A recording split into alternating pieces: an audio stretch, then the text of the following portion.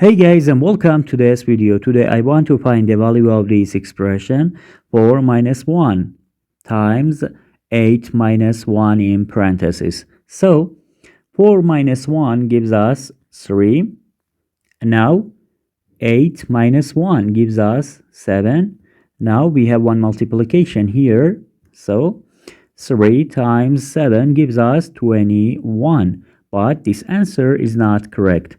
According to the rules of mathematics PEMDAS, we have to solve this math expression in these papers, parentheses, then exponent, then multiplication or division, and then addition or subtraction.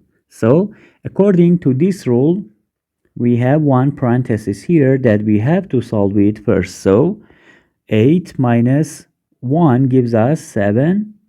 Now, we have 4 minus 1, and now we have one multiplication here and 7. So according to the PEMDAS, we know multiplication has higher priority than the subtraction, so we have to solve this multiplication first. Now 1 times 7 gives us 7.